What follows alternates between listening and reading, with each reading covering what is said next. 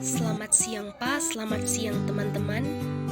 Pada kesempatan ini, saya perwakilan dari kelompok 4 akan mempresentasikan hasil diskusi dari kelompok kami tentang pengembangan materi pembelajaran. Pada topik ini, terdapat 3 hal pokok yang akan kami bahas. Yang pertama, tentang materi autentik. Kedua, materi simplifikasi. Dan yang ketiga, strategi pengembangan materi. Kita langsung saja masuk pada topik pertama, yaitu tentang materi autentik.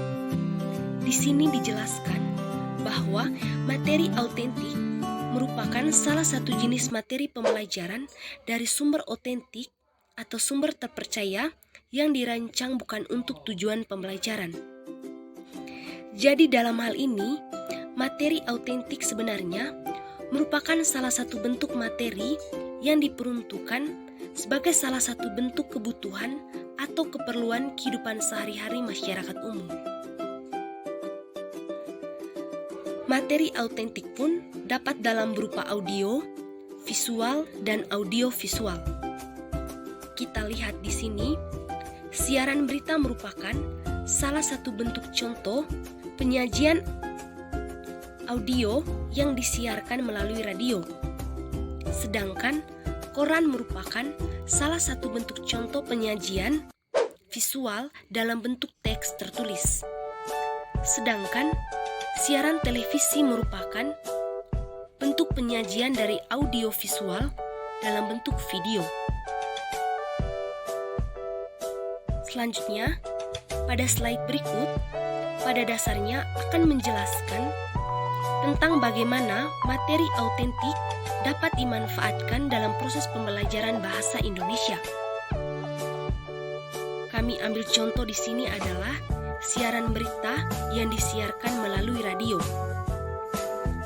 Pada slide sebelumnya, dijelaskan bahwa materi autentik dirancang bukan untuk tujuan pembelajaran. Kita lihat di sini yang berperan sebagai materi autentik adalah siaran berita yang disiarkan melalui radio.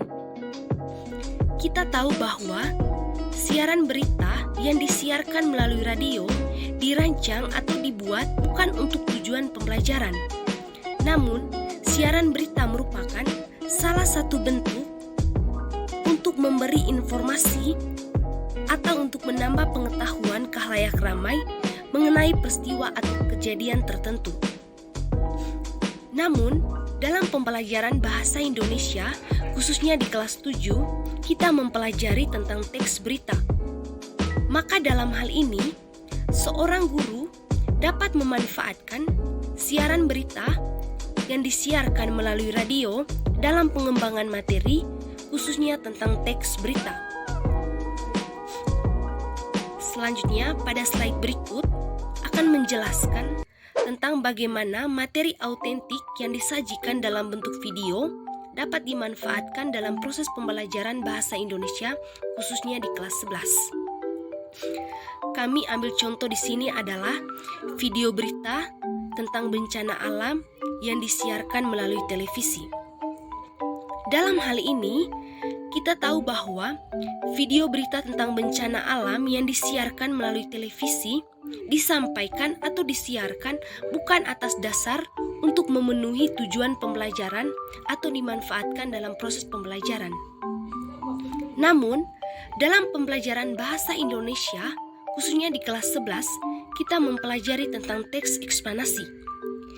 Teks eksplanasi merupakan salah satu bentuk teks tentang proses mengapa dan bagaimana kejadian-kejadian alam atau sosial dapat terjadi. Maka dalam hal ini, seorang guru dapat memanfaatkan video berita tentang bencana alam untuk pengembangan materi tentang teks eksplanasi. Maka dalam hal ini,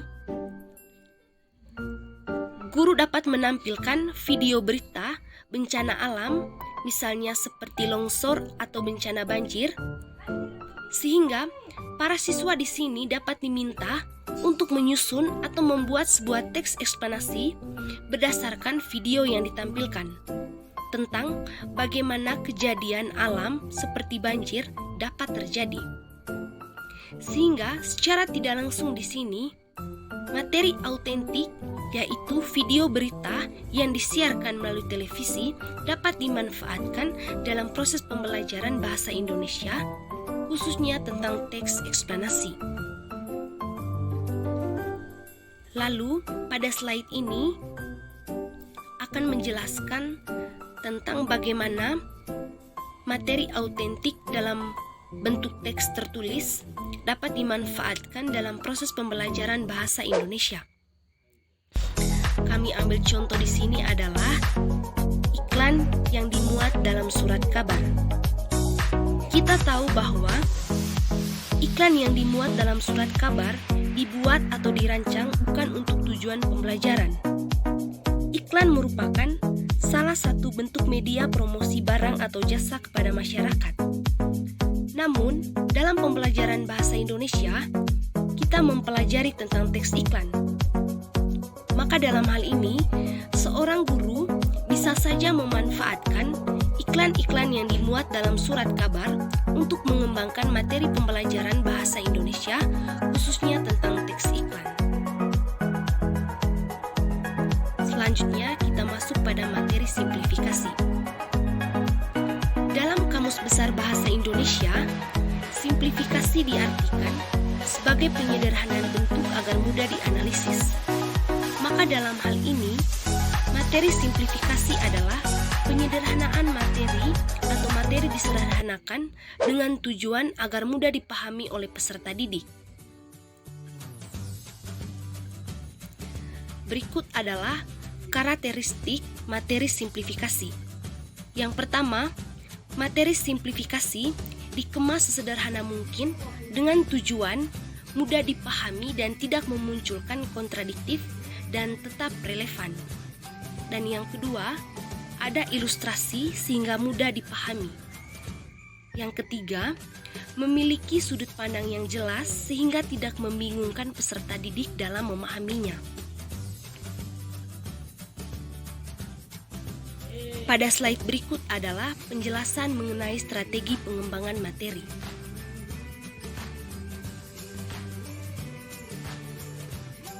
Pada dasarnya, strategi pengembangan materi cukup sederhana. Kita lihat, guru di sini sebenarnya adalah sebagai pelaku pengembangan materi. Kreativitas guru dalam mengembangkan materi pembelajaran sangat tergantung kepada penguasaan akan referensi yang akan dijadikan rujukan. Sehingga, ia bukan hanya berkutat pada buku teks yang diterbitkan semata-mata untuk kelas tertentu pada satuan pendidikan tertentu. Tapi, guru sebagai pelaku pengembangan materi di sini harus mengkolaborasikan dengan menemukan referensi yang memiliki relevansi dengan deskripsi materi yang hendak dijadikan media pencapaian kompetensi. Selanjutnya, dalam pengembangan materi pembelajaran, guru harus mampu mengidentifikasi materi pembelajaran dengan memperhatikan aspek berikut. Yang pertama adalah potensi peserta didik. Yang kedua, relevansi dengan karakteristik daerah. Yang ketiga, tingkat perkembangan fisik dan intelektual peserta didik. Yang keempat, kebermanfaatan bagi peserta didik. Dan yang kelima, kualitas kedalaman dan keluasan materi. Yang keenam, relevansi dengan kebutuhan peserta didik. Dan yang terakhir adalah alokasi waktu. Demikian presentasi dari kelompok kami. Sekian dan terima kasih.